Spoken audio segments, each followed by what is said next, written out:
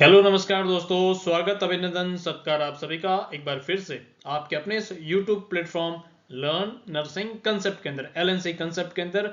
जी हाँ दोस्तों, हम डिस्कस कर रहे थे आपके लर्निंग सीरीज, और वो जो लर्निंग सीरीज किसके कर रहे हैं आपके लिए आने वाले नॉट सेट 8 और आने वाले उसके साथ में अपकमिंग एग्जाम, जैसे आपके CHO हो गए, RRBs हो गए, है ना, बहुत सारी आपके जो CRE वगैरह एग्जाम है उसके लिए। तो ये जो लर्निंग सीरीज है प्यारे दोस्तों, इसके अपन ने 3 पार्ट अभी डिस्कस कर चुके हैं। आज हमारा चौथा पार्ट है ना। तो आपने बहुत अच्छे से उनको सब कुछ सीखा है, तो उसी लर्निंग सीरीज का हमारा चौथा पार्ट आज हम लेके आए हैं।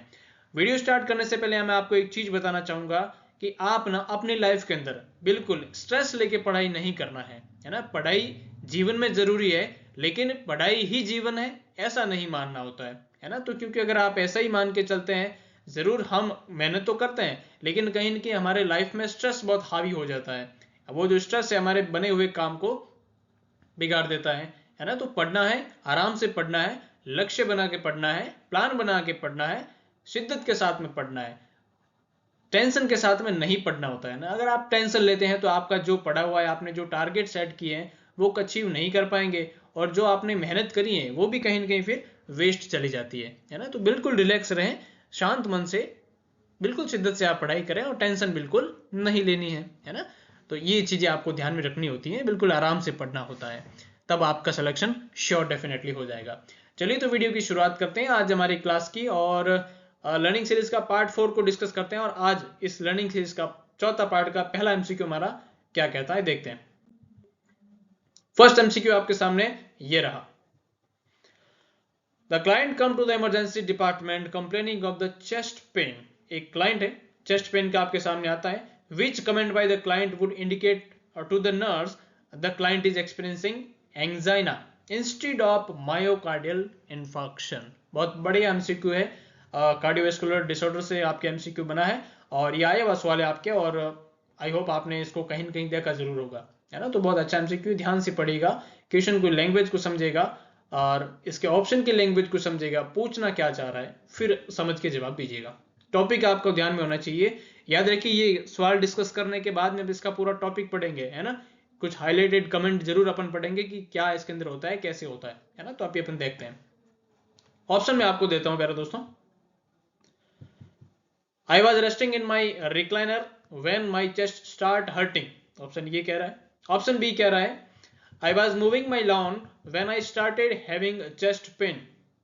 ऑप्शन सी कह रहा है I started having chest pain when I took deep breath.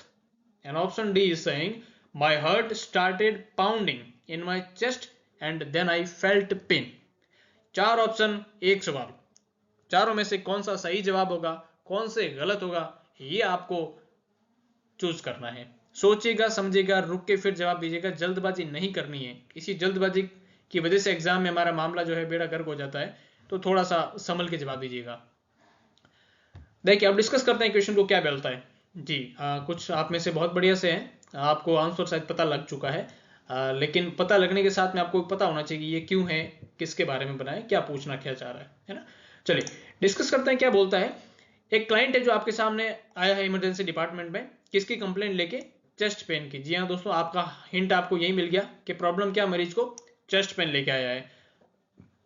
Which comment by the client would indicate to the nurse, है ना। क्लाइंट आया है चेस्ट पेन का लेके, और वो आते ही इमरजेंसी में एक कंप्लेंट बोलता है, कमेंट बोलता है। और कमेंट कौन सा बोलता है, जो नीचे दिए गए इतने सारे, उन कमेंट में से कौन सा कमेंट ये इंडिकेट करता है एज ए नर्सिंग ऑफिसर आपको कि client is experiencing angina, client angina instead of myocardial infection. अब देखो, चेस्ट पेन जो होता है ये दो तरीके से हो सकता है। एक तो बीमारी आपके एंजाइना होती है, एक होता है मायोकार्डियल इन्फेक्शन, जिसको अपन एमआई के नाम से जानते हैं, हार्ट अटैक के नाम से जानते हैं। दोनों के अंदर जो होता है आपके क्या होता है, चेस्ट पेन होता है। मरीज जो चेस्ट पेन लेके आया है, ये कौन सा इनमें से कमेंट रहेगा जो बोलेगा, तो आप समझ जाओगे कि ये क्या है, एंजाइना है इंस्टेड ऑफ मायोकार्डियल इन्फेक्शन। ये एमआई नहीं है, ये क्या है, एंजाइना है। ऐसा क्लाइंट का कौन सा स्टेटमेंट बताता है। सिंपली सवाल ने पूछा है, सवाल को तोड़ तोड़ के पढ़ो, उसके टुकड़े करो सवाल के पूरे, कि पूछना क्या चाह रहा है, कौन से वर्ड का क्या मतलब है, भाव क्या कहते हैं। इसके भाव ये है कि क्लाइंट का कौन सा कमेंट ये बताता कि मरीज को क्या है, एंजाइना हो रही है, उसको एमआई नहीं है, उसको अपन एंजाइना कहेंगे। तो ऑप्शन ए कह रहा है I was resting in my recliner when my chest starting hurting, है ना। मैं जो है आई वॉज रेस्टिंग, मैं रेस्ट कर रहा था रिक्लाइनर पे, और जब मेरा चेस्ट जो है हर्ट करना स्टार्ट हो गया, मतलब पेन होना स्टार्ट हो गया, क्या ये एंजाइना है? ऑप्शन बी कह रहा है I was moving my lawn when I starting having chest pen, जब मैं अपने लॉन के अंदर मूव कर रहा था, घूम रहा था, तब ये मेरा चेस्ट पेन होना शुरू हुआ है साहब।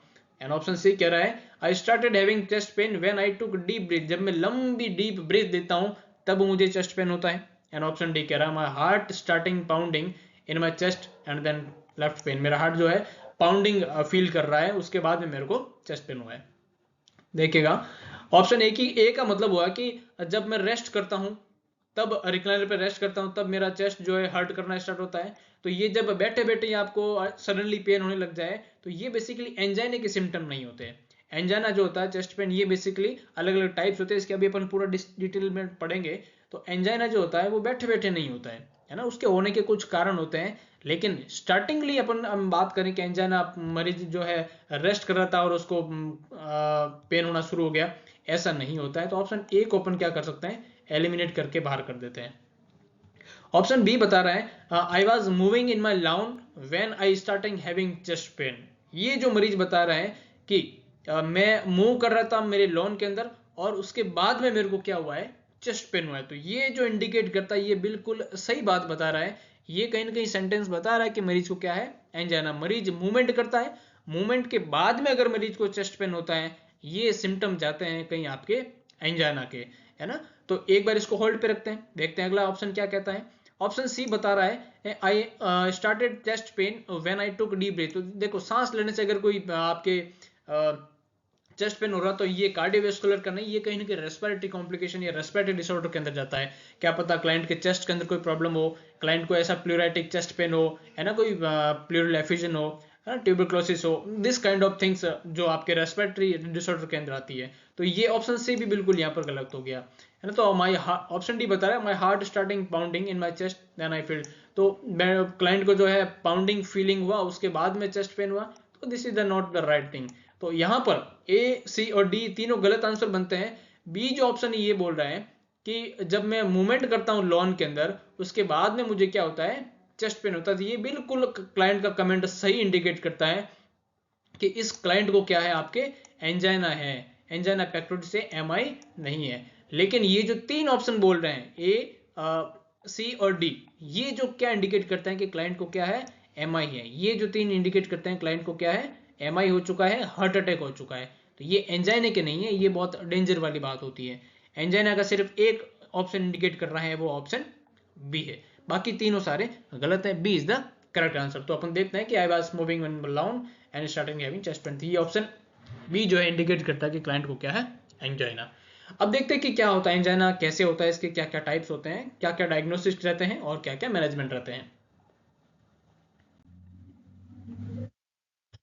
एंजाइना की बात करें तो एंजाइना को अपन चेस्ट पेन भी बोलते हैं, ये बहुत सिंपल बात है। एंजाइना का दूसरा नाम क्या है, एंजाइना पेक्टोरिस का चेस्ट पेन अपन बोलते हैं, जो क्लाइंट कंप्लेन लेके आया था। एंजाइना पेक्टोरिस होता कब है, आपको ये ध्यान में होना चाहिए कि देखो जब भी हमारे हार्ट की जो मायोकार्डियल की जो मसल्स हैं, उसकी ब्लड सप्लाई जब भी इंटरप्ट होती है, जब आपकी इंटरप्ट होती है, उसके बहुत सारे रीजन होते हैं, कॉज होते हैं, कुछ मॉडिफाइबल होते हैं, कुछ नॉन मॉडिफाइबल होते हैं। मॉडिफाइबल के अंदर जिसको आप ठीक कर सकते हो, जैसे आपका कोई कोलेस्ट्रॉल की हिस्ट्री है ना, आपका जो स्मोकिंग की हिस्ट्री है, हाइपरटेंशन की हिस्ट्री, आपकी डायबिटीज है, उसको आप मॉडिफाइड कर सकते हो। लेकिन नॉन मॉडिफाइबल जो होते हैं वो उनको आप ठीक नहीं कर सकते, जैसे एज हो गया, जेंडर हो गया, है ना, रेसेस प्रजाति अलग अलग हो गई ना, उनको जेनेटिक हो गया, उनको आप ठीक नहीं कर सकते, मॉडिफाई नहीं कर सकते। तो रीजन चाहे कुछ भी हो, उस रीजन की वजह से क्लाइंट के जो हार्ट के अंदर जो आती है मायोकार्डियम जो मसल्स होती है, उस मसल को सप्लाई करने वाली ब्लड वेसल्स के अंदर कोई भी अगर प्लेक बन जाता है, और ये जो प्लेक होता है ये क्या होता है, एथेरोमा। क्या होता है, एथेरोमा।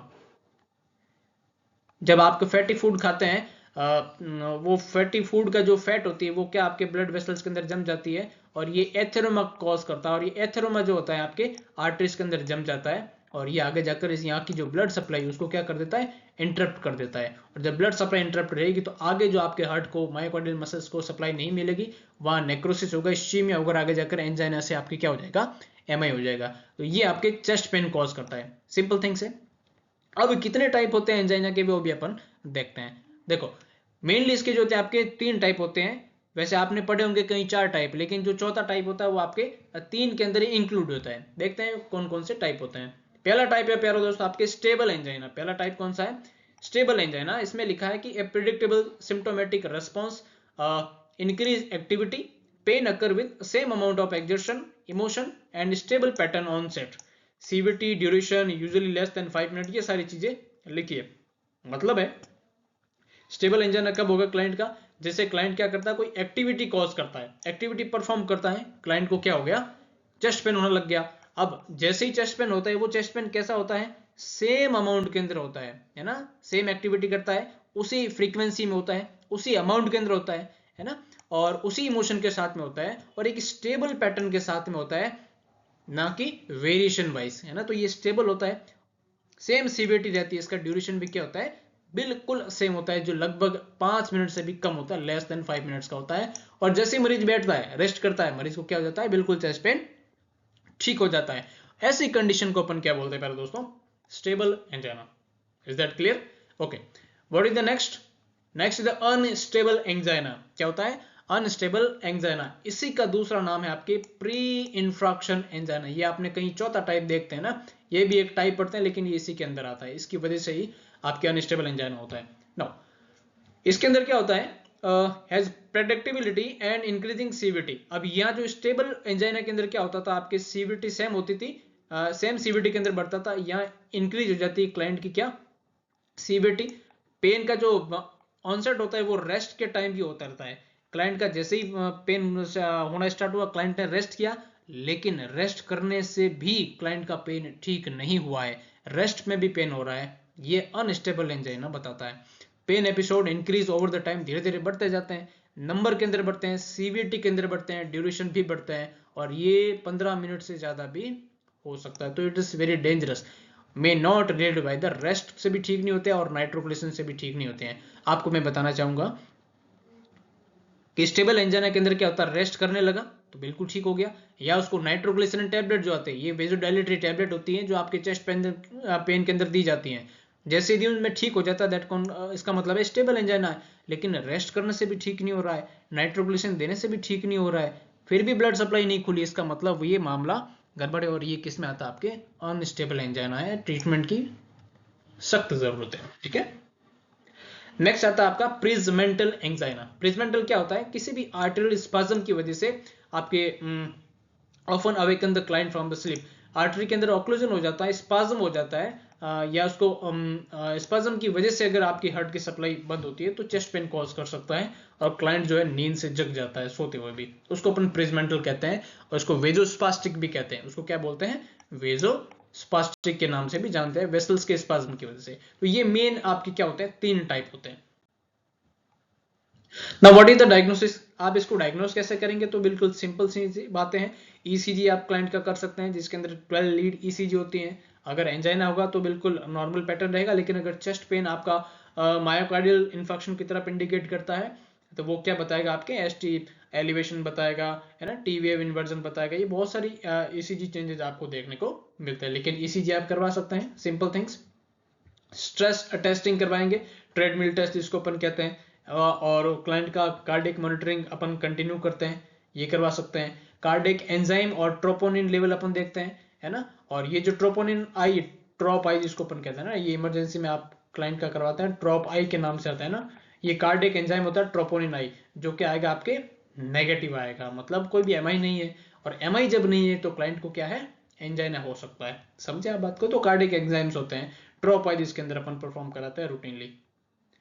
और कार्डिक कैथेटराइजेशन आप कर सकते हैं, कि पता करो कि भाई ये कोई ब्लॉकेज हो तो कहाँ ब्लॉकेज है, कैथेटर डाल के आप करते हैं।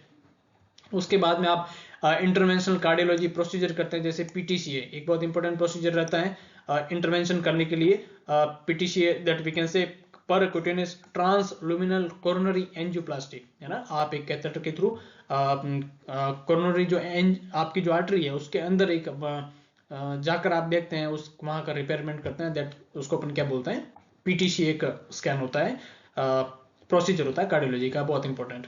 और इंट्रा कोरोनरी स्टेंट भी अपन वहां पर प्लेसमेंट करते हैं। तो व्हाट इज द मैनेजमेंट, अगर आपको लगा है कि एंजाइना हुई तो आप क्या मैनेज करेंगे?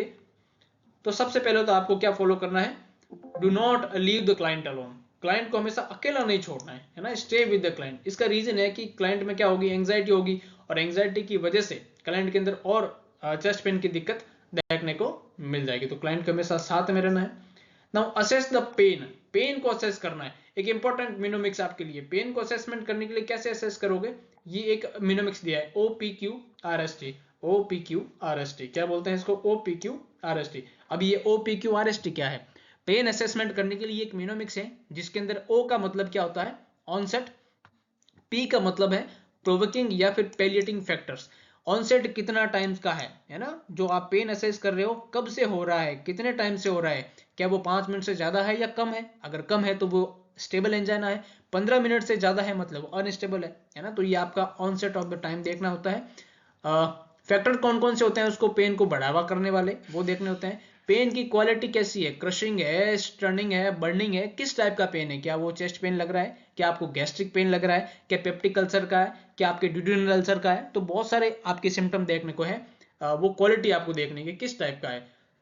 क्या जो पेन हो रहा है वो रेडिएट हो रहा है, कहीं आपकी बॉडी में दूसरे पार्ट की तरफ रेडिएट तो नहीं हो रहा है, ये आपको देखना है। पेन की सीवियरिटी कैसी है ना, रेस्ट करने से ठीक हो जाता है, सीवियरिटी कम हो जाती है या बढ़ जाती है, स्टेबल है, अनस्टेबल है, प्रिजमेंटल है, वेजोस्पास्टिक है, एमआई है, हार्ट अटैक है, कौन सा है ना, ये भी आपको देखना है। और वन एंड मोस्ट टाइमिंग, तो ये हो गया आपके कितने टाइम से हो रहा है। तो ये एक इम्यूनिमिक्स होता है OPQRST, OPQRST, onset, provoking factor, quality, radiation, severity and timing. और ये जब आप पेन को असेस कर लेते हो पता लगता है, उसके बाद में क्या करना है, डॉक्यूमेंट को फाइंडिंग करनी होती है। क्लाइंट को सेमी फॉरवर्ड पोजीशन देनी है ताकि क्लाइंट के अंदर प्रॉपर ऑक्सीजनेशन हो, क्लाइंट को एंग्जाइटी ना हो, है ना। अप्लाई ऑक्सीजन अपन लगाते हैं 2 लीटर पर मिनट क्लाइंट को, क्योंकि एंजाइना है तो कहीं ना कहीं हार्ट की ऑक्सीजनेशन के साथ में कोई दिक्कत हुई है ना, तो ब्लड सप्लाई इंटरप्ट होती है, ऑक्सीजन इंटरप्ट होती है, तो वहां पर फर्दर नेक्रोसिस ना हो। O2 अपन लगाते हैं, ECG अपन परफॉर्म करते हैं, और जो अपन मेडिकेशन देते हैं वो लगाते हैं। और इसके अंदर मेनली आप क्या लगाते हैं, नाइट्रोग्लाइसरीन। और ये जो नाइट्रोग्लाइसरीन है प्यारे दोस्तों, ये एक वेजोडाइलेटिंग ड्रग्स होती हैं। इसके साइड इफेक्ट कभी कभी आपको एग्जाम में पूछे जाते हैं, ये क्या करती है, आपके हेडेक करती है, आपको पता है, हेडेक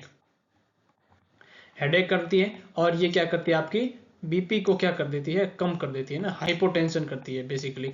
क्यों करती है, क्योंकि ये वेजो डायलेटरी होती है, तो जैसे ही वेजल्स आपकी डायलेट होगी, आगे की वेसल्स डायलेट होगी, तो पूरा पूलिंग आगे हो जाएगा, और जब पूलिंग हो जाएगा ब्लड का तो आपकी बीपी फॉल हो जाएगा। और बीपी जब फॉल होगा तो जब आपके सेंटर के अंदर बेसिकली बहुत ज्यादा ब्लड पहुंचेगा तो क्लाइंट के अंदर क्या देखने को मिलेगा, हेडेक देखने को मिलता है। तो ये एक इंपॉर्टेंट साइन रहता है। इसको हमेशा बंद कंटेनर के अंदर रखा जाता है, एंटी-जी की टैबलेट को ओपन नहीं रखते हैं, है ना, ड्राई और डार्क रूम के अंदर इसको रखा जाता है, नहीं तो ये मॉइस्चर पकड़ के टैबलेट खराब हो जाती है।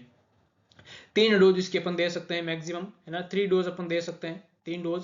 अगर क्लाइंट का चेस्ट पेन हुआ, क्लाइंट को एक ने एंटी-जी टैबलेट खिला दी, 5 मिनट के बाद में आप रीअसेस करो, पेन ठीक नहीं हुआ, उसके बाद फिर एक टैबलेट दे दो, है ना, फिर आप असेस करो, फिर भी पेन ठीक नहीं हुआ तो एक तीसरी टैबलेट और दे दो, फिर भी ठीक नहीं हुआ है तो आप उसको हॉस्पिटल में शिफ्ट करना पड़ेगा। अब ये टैबलेट से ठीक होने वाला पेन नहीं है। तो उसकी मैक्सिमम कितनी डोज आप दे सकते हो, 3 डोज दे सकते हो, 5 मिनट के गैप से आप देखना होता है ना। तो ये एंटी-जी बहुत इंपॉर्टेंट दवाई है, बच्चों की पहुंच से दूर रखे, ऐसा आपने देखा भी होगा।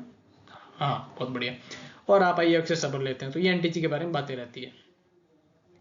बाकी क्लाइंट का वाइटल साइन कंटिन्यू अपन मॉनिटर करने रहता है। अच्छा, बीपी मॉनिटर करना आता है, including BP after each nitroglycerin dose, क्योंकि एमडीएम में हमने पढ़ा है ये क्या करती है, बीपी को कम करती है। Assess pen after each dose, जब तक ठीक ना हो, क्योंकि अपन को पता है कि तीसरी डोज तक देना है कि नहीं देना है।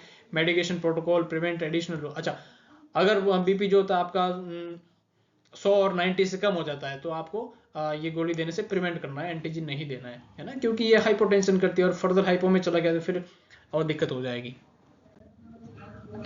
नो, अब टीचिंग करने के बाद अपन देखते हैं कि क्लाइंट की क्या टीचिंग, क्लाइंट को क्या समझाना है, मरीज को क्या समझाएंगे।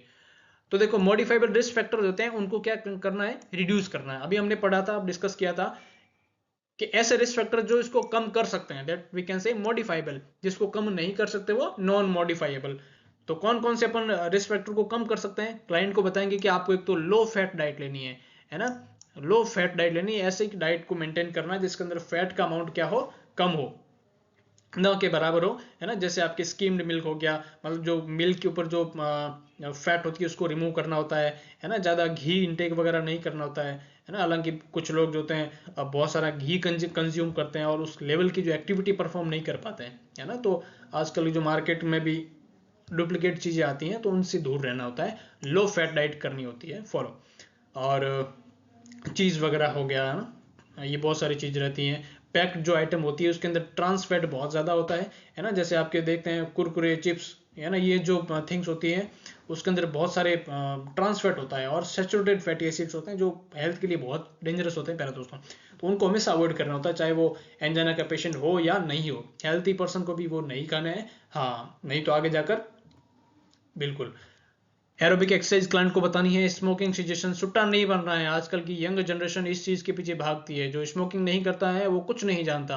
अरे जो कुछ नहीं जानता वो तो बच जाएगा, लेकिन जो स्मोकिंग करता है वो एक दिन राम नाम सत्य हो सकता है। तो स्मोकिंग को सजेशन कराना है, इसको प्रमोट नहीं करना है। बहुत खतरनाक चीज होती है, डेंजरस होती है। स्ट्रेस मैनेजमेंट क्लाइंट का करना, तो इसको अपन मॉडिफाइड करवा सकते हैं ना। कुछ नॉन मॉडिफाइबल भी होते हैं। कौन कौन से होते हैं वो आपको पता ही है। जैसे एज हो गया, है ना, एज हो गया, आपके जेंडर हो गया। एज को चेंज थोड़ी कर सकते हैं। 50 साल के आदमी को आप 20 साल का थोड़ी बना सकते हैं। जेंडर मेल का फीमेल थोड़ी कर सकते हैं। फैमिली हिस्ट्री थोड़ी बदल सकते हैं। और ऐसा कोई बैकग्राउंड है, हिस्ट्री है, एथनिक बैकग्राउंड ही है, क्लाइंट की प्रजाति ऐसी है जहाँ पर रिस्क करती है, उसको चेंज नहीं कर सकते। तो ये नॉन मॉडिफाइबल के अंदर आता है। आपके एग्जाम में कभी कभार सवाल पूछा जाता है, तो सिंगल लाइनर, है ना। ट्रिगरिंग इवेंट होते हैं वो चेस्ट पेन के, उसको स्ट्रेटेजी को कैसे प्रिवेंट कर सकते हैं, तो चेस्ट पेन को कैसे कम करें वो तरीके आपको बताने होते हैं। Potential barrier to adhering to the plan of the care and measure to counter attack. जो प्लान आप बता रहे हैं उसको प्रॉपर अधेर रहना है, उसके चिपके रहना है, मतलब आपको स्ट्रिक्टली फॉलो करना है जो अपन हॉस्पिटल से बताते हैं। बाकी फॉलोअप केयर करवानी होती है, सिम्टम को रिपोर्ट करना होता है। कोई भी आपको अनयूजुअल एक्टिविटी लगे, सिम्टम लगे, तो आपको तुरंत प्रभाव से हॉस्पिटल में इन्फॉर्म करना होता है ना। तो ये हमने क्लाइंट को टीचिंग देनी होती है, बहुत इंपॉर्टेंट क्लाइंट की टीचिंग रहती है। तो ये हमारा आज का सेशन था प्यारे दोस्तों। कैसा लगा, आई होप आपने अच्छे से इसको पढ़ा होगा। और कलाम साहब ने बहुत खूबसूरत लाइन हमने कही है कि सपने वो नहीं होते जो हम सोते वक्त देखते हैं, सपने वो हैं जो हमें सोने ही नहीं देते हैं। कलाम साहब की लाइन हम सबको बहुत इंस्पायर्ड करती है और यही हमें सिखाती है कि हम अगर हमारे सपनों में जान है तो हमें नींद ही नहीं आएगी। हम कई बार जो होते हैं नींद में सोते सोते सपने देखते कि मैं नर्सिंग ऑफिसर बन गया, मेरी सरकारी जॉब लग गई, मेरी गवर्नमेंट जॉब लगी, मैं ये बन गया, वो बन गया। अरे नहीं रे लालो, ऐसे सोने से सपने देखते हैं वो पूरे नहीं होते हैं। सपने अगर आपके जान है उसके अंदर, सपनों में दम है, आपको नींद ही नहीं आएगी और आप निरंतर मेहनत करते रहेंगे बिना किसी स्ट्रेस के। ये बात बहुत इंपॉर्टेंट होती है। तो सपने आप देखें, उसको पूरा करने की पूरी कोशिश करें, लेकिन विदाउट स्ट्रेस। टेंशन नहीं लेनी है, बिल्कुल रिलैक्स होकर पढ़ना है। तो अपने सपनों में जान रहेगी तो अपन जरूर एक दिन अपनी मंजिल तक पहुंच जाएंगे। तो मिलते हैं किसी अगली वीडियो में, तब तक के लिए हंसते रहे, सीखते रहे और मिलते रहे। जय हिंद, जय भारत, धन्यवाद।